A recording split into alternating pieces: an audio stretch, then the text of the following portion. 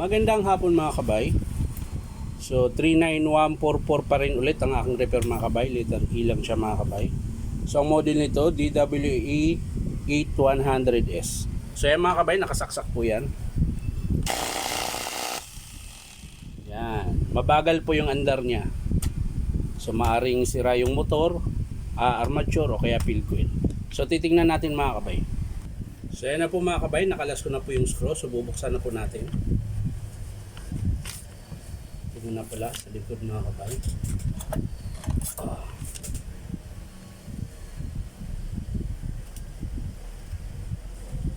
Ayan. Fake po yung carbon kinabit nila mga kabay. Ayan, tigas.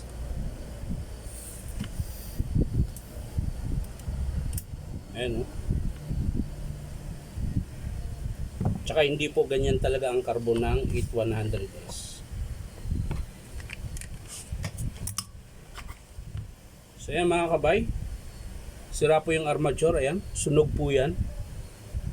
Ayan, yung winding nya, sunog po. Ngayon, check natin yung fuel coil mga kabay kung hindi nadamay.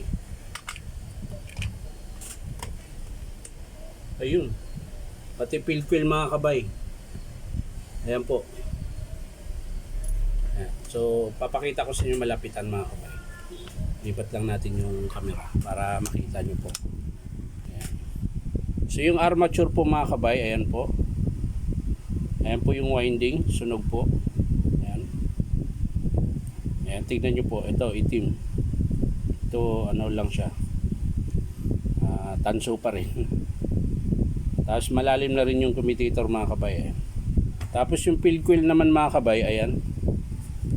Ayan, pansinin nyo po. Ayan po yung fuel coil nyo. Ayan, sunog din po siya.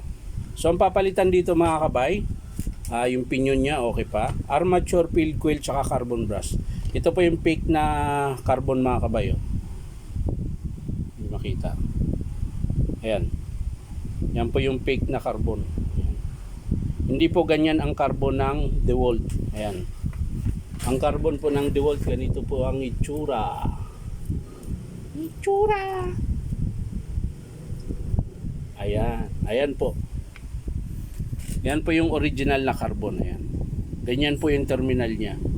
Tapos may para siyang rubber dito. Ayan. So yung kinabit nila mga kabayan po ang layo. Ayan. Ito yung piki. Ito. Yung diretso lang. Ito na may original. So yan lang po mga kabayan papalitan. Armature, tsaka fuel coil, carbon brush. So hindi ko na papakita sa inyo mga kabay kung paano buuin. Papakita ko na lang sa inyo mga kabay kapag in-approve na ng customer. So yan lang mga kabay. Maraming salamat. Bye bye.